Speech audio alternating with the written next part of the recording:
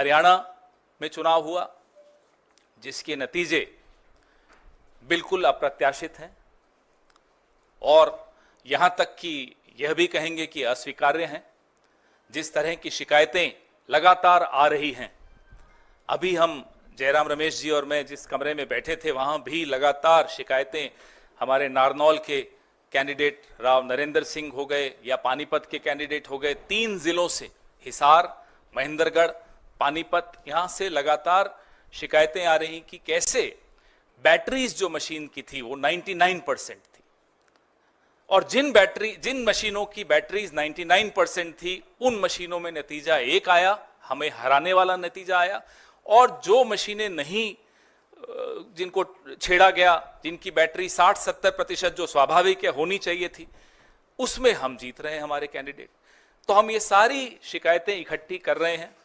हमारे कैंडिडेट्स ने वहां रिटर्निंग ऑफिसर्स को शिकायतें दी हैं और दे रहे हैं अभी, लेकिन आने वाले कुछ दिनों में ये सारी शिकायतें लेकर हम चुनाव आयोग में जल्दी ही जाएंगे और अपनी शिकायत वहां दर्ज कराएंगे। इस तरह का नतीजा कहीं भी धरातल पे नहीं दिख रहा था। आप लोग भी गए, हम लोग भी गए, सब घूम रहे थे।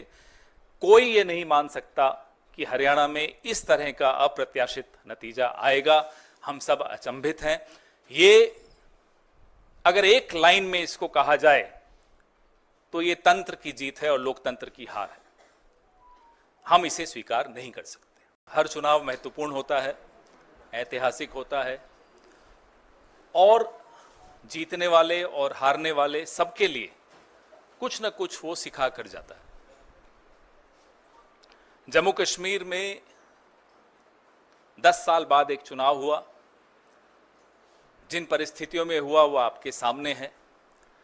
कैसे जम्मू कश्मीर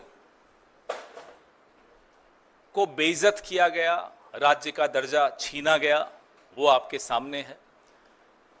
और कैसे केंद्र सरकार ने रूल बाय प्रॉक्सी अपने लेफ्टिनेंट गवर्नर के माध्यम से किस तरह से जम्मू कश्मीर में भ्रष्टाचार, कैसे वहां के स्थानीय नागरिकों की न सुरक्षा का ध्यान रखा, न रोजगार का ध्यान रखा। लगातार जो खबरें, आतंकवाद बढ़ने की खबरें, जम्मू रीजन तक में आतंकवादी हमले होने लगे, न आम नागरिक वहां सुरक्षित महसूस करता है, न पर्यटक महसूस करते हैं अपने आप को सुरक्षित। कश्मीरी पंडितों से जो वादे किए गए वो बिल्कुल भुला दिए गए पिछले 10 साल में।